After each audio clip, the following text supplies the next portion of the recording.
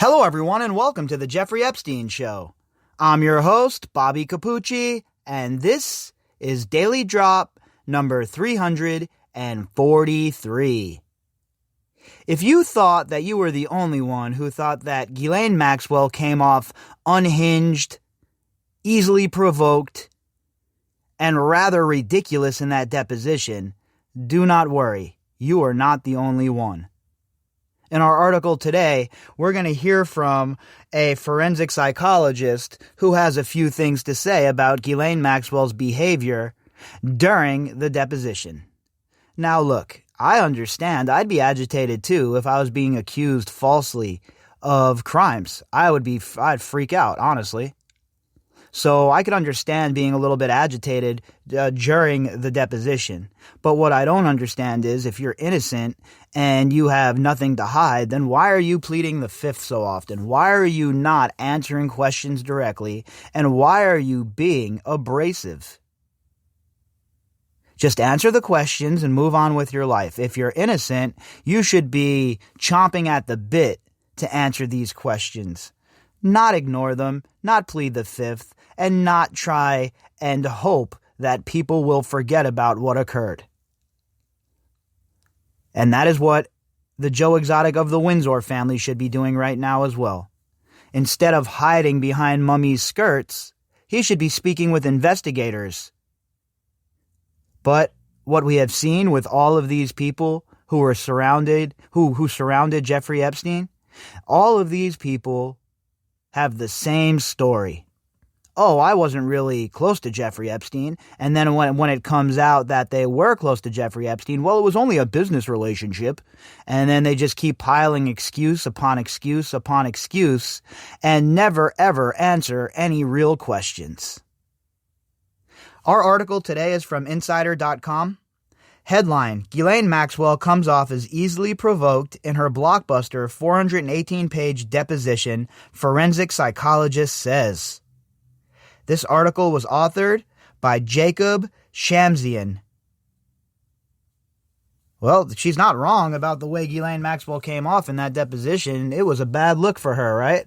I mean, she came off looking terrible. Just like when her good friend, best friend, pal in the world, Jeffrey Epstein, had his deposition. Another guy who came off looking like an absolute moron.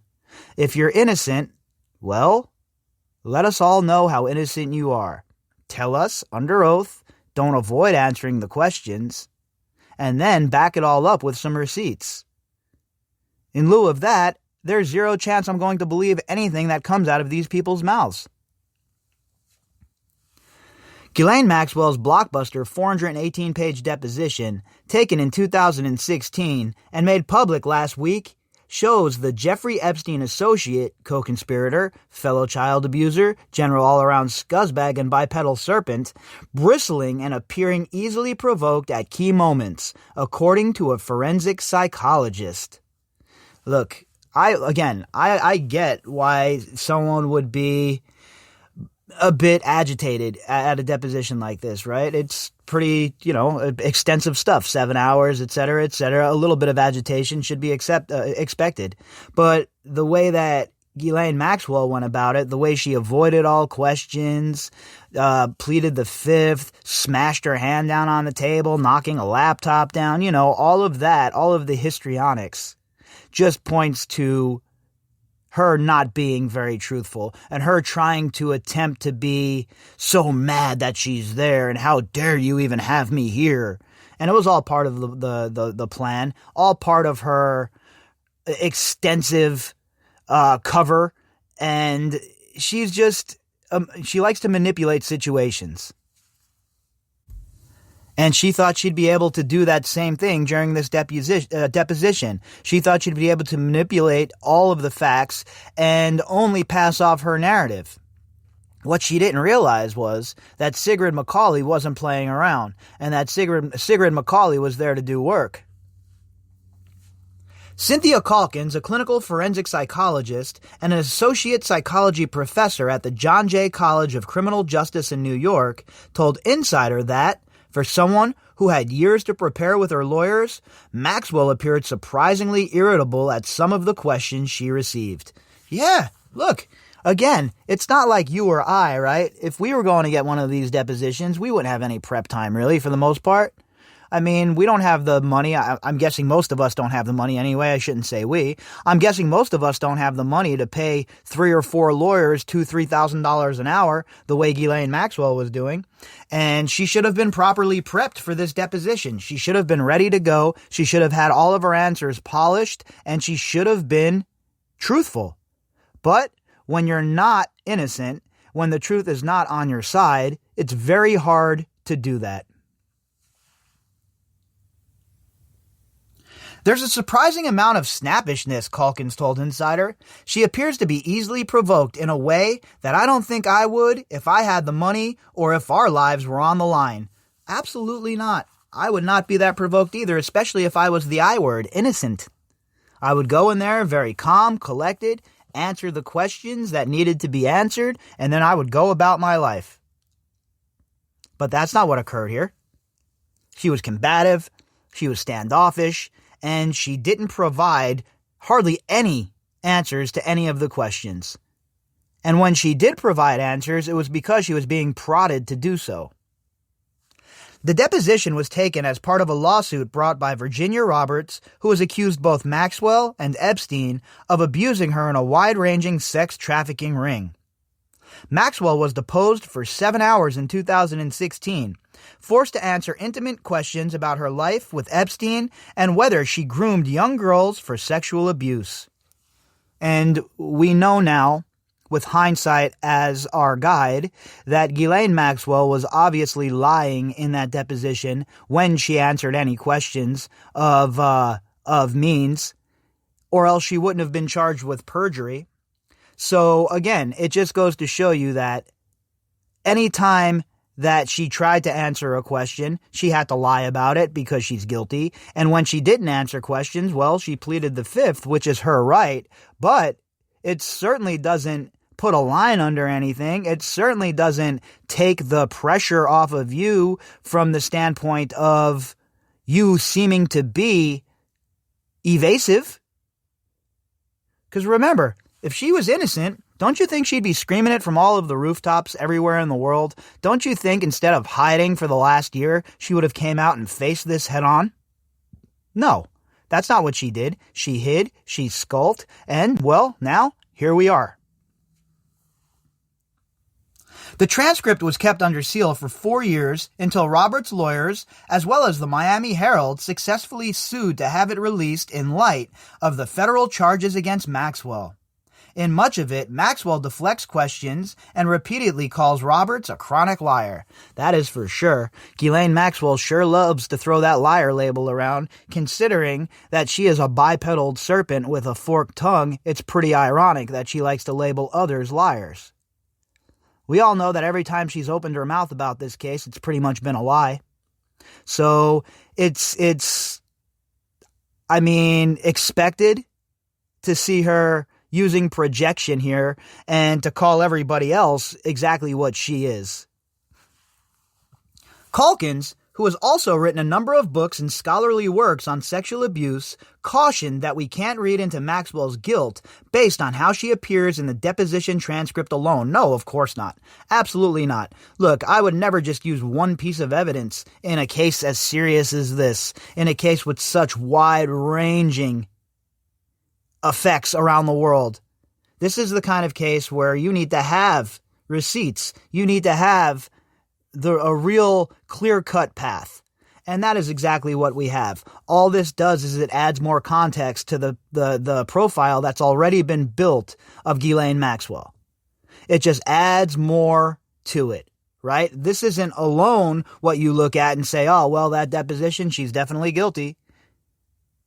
It's when you add it up with everything else that we know, and you look at how much she has lied, how much she has been evasive, and how much she has gotten away with, and you add to it the fact that she refused to answer all of these serious questions under deposition and under oath, well, it just goes to show you, in the grand scheme of things, that it's obvious that Ghislaine Maxwell is not innocent.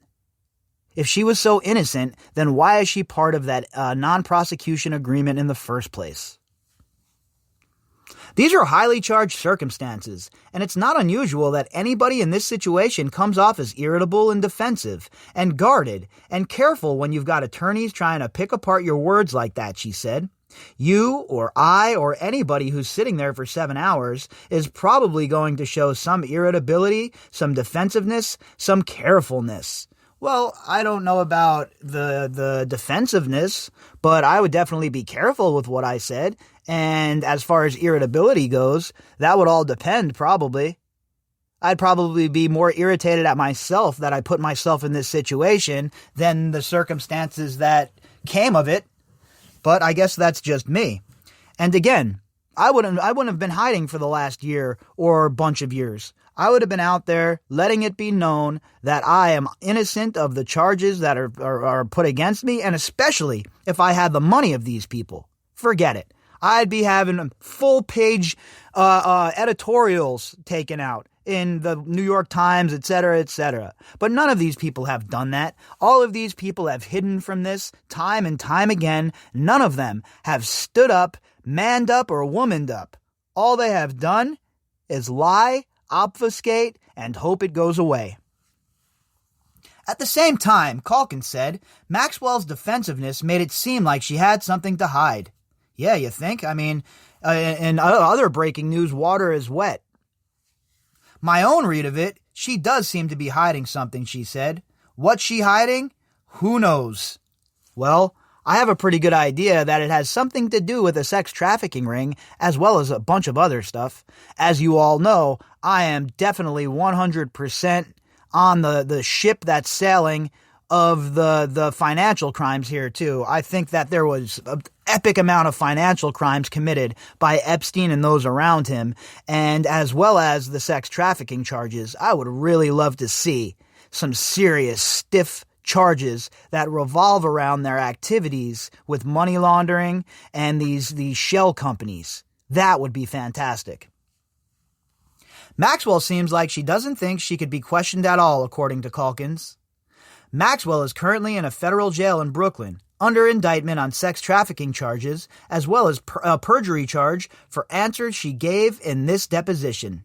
So again, the prosecutors believe that this deposition is truthful enough that they charged her with perjury for her behavior while she was being deposed and for the answers that she gave them. So that goes to also show you the validity of the accusations made by Virginia and the other survivors. If the prosecutors are believing that Ghislaine Maxwell perjured herself in this deposition, then you would think that they believe all, if not most, of the stuff that is being said about Ghislaine Maxwell. The deposition was at one point scheduled to have taken place in 2009, but had been delayed for another 7 years. Calkins pointed out that it was surprising to see Maxwell lose her cool, given that she had so much time to prepare with her lawyers. Imagine having 7 years to prepare for this deposition, and you still come off looking like a pedantic child? So much for so-called polite society, right? What a bunch of losers. What a bunch of fake face-wearing MFers. She described Maxwell, the socialite daughter of British tycoon Robert Maxwell, as someone who was probably not used to being challenged. Yeah, that's a fact. These people were never challenged. And Ghislaine Maxwell, as we know, was a co-boss with Jeffrey Epstein. She wasn't an employee. She was running the operation right along with him. So she was always giving orders out to the Core Four, and those orders were expected to be carried out and never challenged. These people, they don't like being challenged. They don't like being corrected. And they certainly don't like when they're proven to be wrong. It's certainly possible that she's feeling rather entitled or doesn't think she should be subjected to these questions at all, Calkins said. She's coming from a very privileged background that she's probably not had to deal with a lot of people challenging in her throughout her life in this way, and has probably been used to getting what she wants. That is 100% a fact. Ghislaine Maxwell is not used to being challenged. She's not used to people telling her the two-letter word no. That's absurd. When you have this much money, you have this much power, the last thing people do is ever tell you no and sit down for a deposition? That is so below me. How dare you even think that I would sit down for a deposition with you? That's how they think, that's how they feel, and unless they're compelled to do so, these assholes will never do anything. In much of the deposition, Maxwell calls Roberts a liar, categorically denying she took part in any inappropriate sexual relationship. That is hilarious to read. It is just so ridiculous that Ghislaine Maxwell would think that anybody would believe what she has to say right now. And remember, we're not talking about one person's word against Ghislaine Maxwell. We're talking about literally dozens of people who have come forward. We're not talking about a 20-year-old guy who had relations with a 17-year-old girl or a 20-year-old girl who had relations with a 17-year-old guy. We're talking about people at the highest levels of power who use that power to manipulate these young girls and force them into a sex trafficking situation. She bristled in responses to questioning about recruiting girls for massages, Calkins said. Roberts and federal prosecutors allege Maxwell used those massages as a segue for sexual abuse. 100. That was to normalize it. Oh yeah, it's just a massage. And then every time you come over for a air quote massage, well, you know what the deal is. Jeffrey Pagliuca and Laura Menninger, the two Maxwell attorneys who represented her in the deposition, didn't immediately respond to insiders' request for comment. That's a shock, huh? The last thing they want to do is open their yaps. They're up against it anyway. It's hard enough to defend a client that you know is guilty, but even harder if she starts opening her mouth or you start opening your mouth, right? So expect them not to say shit. Maxwell was also questioned at length about her relationship with Epstein, whom she closely associated between the early 90s until some point in the mid-2000s, way later than that. In the deposition, Robert's lawyer asked Maxwell whether she considered herself Epstein's girlfriend. She was not his girlfriend. I'm sorry, I don't believe any of that stuff, folks. I haven't seen anything to prove that. Sure, people have said it, but when we're dealing with these sort of assets, these sort of people who are engaged in spycraft, how can we believe that that was just not the cover story for them getting together to get this whole entire thing kicked into gear? That's a tricky question, Maxwell answered. I would have liked to think of myself as his girlfriend. Well, I like to think of myself as a gajillionaire, all right? That would be nice, but it doesn't make it a reality. And you were not his girlfriend either, Ghislaine. Nice try.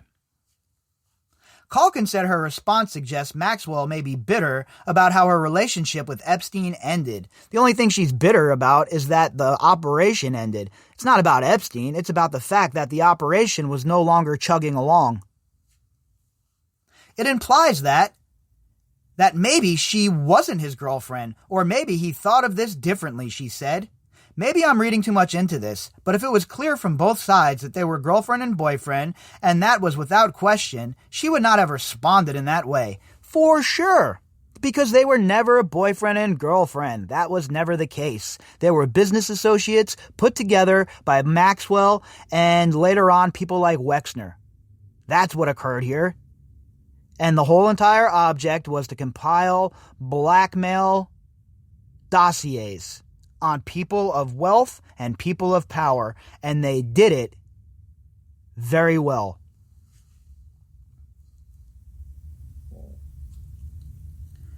It seems like she's kind of bristling about something in that response, Calkins added. Whether it's because she wanted to be his girlfriend and she wasn't, at least by lack of his desire, or whether she's feeling a little snarky about this or bitter over something that ended. I think that it's a fact that she wasn't his girlfriend at this point, at least from what we have went through. And I mean in a traditional sense his girlfriend, somebody you love, somebody you're willing to do anything for, somebody who shares every secret in your life, etc., etc. That was not Ghislaine Maxwell and Jeffrey Epstein.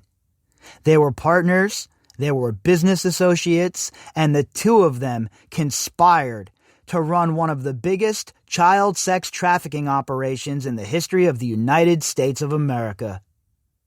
If you'd like to contact me, you can do that at bobbycapucci@protonmail.com. That's BOBBYCAPUCCI@protonmail.com. You can also find me on Twitter at BOBBY_CAPUCCI. All of the links that go with this episode can be found in the description box.